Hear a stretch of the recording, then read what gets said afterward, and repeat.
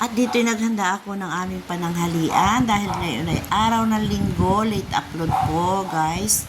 Ayan, nagsigang ako ng pata. Dito'y sinangkot ko ang pata, pinakuloan ko sa mga pampalasa.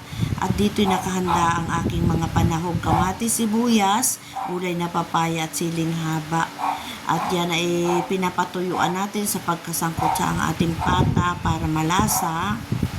Ayan, naintayin nating matuyuan dyan para masipsip ng pata yung lasa ng ating mga nilagay na pampalasa.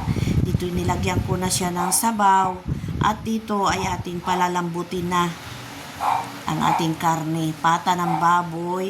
At sa pagpalambot, syempre kasama na ang kamatis at sibuyas. May paminta na yan, buo at durog na paminta. Di syempre hindi mawawala ang MSG para mas sumarap ang ating ulam na sinigang na pata.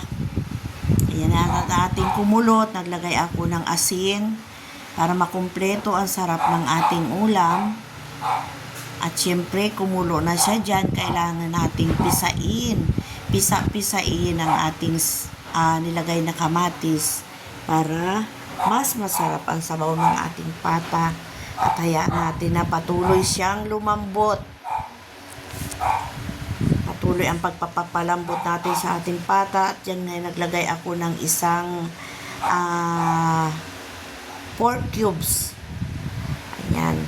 At dito patuloy nating pinapalambot ang ating pata. At okay na. Dito'y malambot na at may tama na rin lasa. Kaya aking alagay na yung ating gulay na papaya at siling pangsigang. Diyan na natin papalambutin at tuluyan ng maluto ang ating gulay na papaya.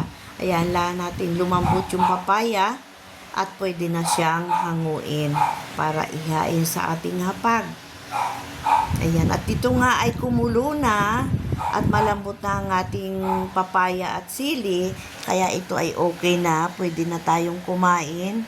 Ihain na natin sa ating hapag at thank you Lord sa aming pagkain. Thank you for watching.